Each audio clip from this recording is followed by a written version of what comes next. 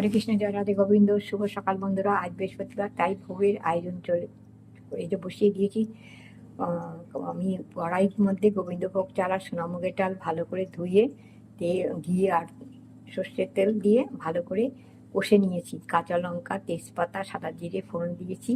ধনের গুঁড়ো, জিরের গুঁড়ো, নুন, হলুদ, চিনি, একটু নারকেল কোড়ানো, এই সব কিছু দিয়ে টমেটো সমস্ত কিছু দিয়ে ভালো করে কষে নিয়ে দিয়ে প্রেসারে বসিয়ে দিয়েছি।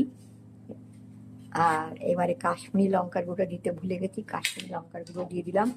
ধনে পাতা, আরে এটা ধনে পাতার খিচুড়ি।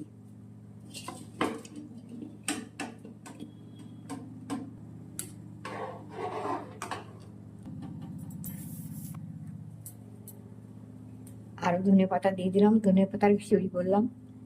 চলে এবার ঢাকা দিয়ে দেবো। এর মধ্যে সোয়াবিন বড়ি দিয়েছি, দুটো আলু দিয়েছি।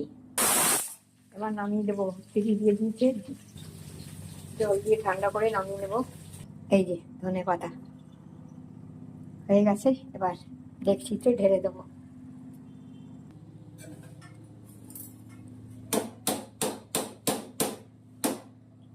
তখন জিরে দিয়েছিলাম, আবার একটু বেশি করে জিরে, পাঁচফোড়ন, রাঁধুনি না জোয়ান, আবার একটু জিরে দিয়ে দিলাম।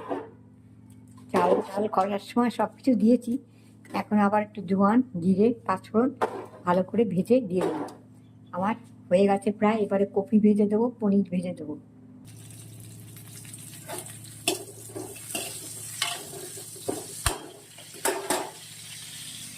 এটা হয়ে গেছে। এর মধ্যে ঘি দেবো, গরম মশলা দেবো, ভাজা মশলা দেবো, আর এই ফুলকপি দেবো আর পনির দেবো। পনির আছে, পনির আর ফুলকপি এর মধ্যে ভেজে দিয়ে দেবো। এর মধ্যে কড়াইশুঁটি, সোয়াবিন বড়ি, ধনে পাতার খিচুড়ি আর কি দেবো। এটা আছে ধনে পাতার খিচুড়ি। সব হয়ে গেছে, মুখে আগে বলেছি আর বলতে পারছেন, দেখাইনি।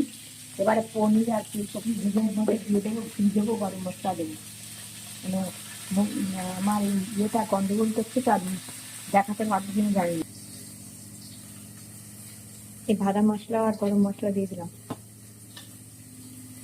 এবারে ঘি দিয়ে দিচ্ছি, আগে ঘি দিয়েছি, এবার আবার একটু ঘি দিয়ে দিলাম। ভাজা মশলা, গরম মশলা, ঘি।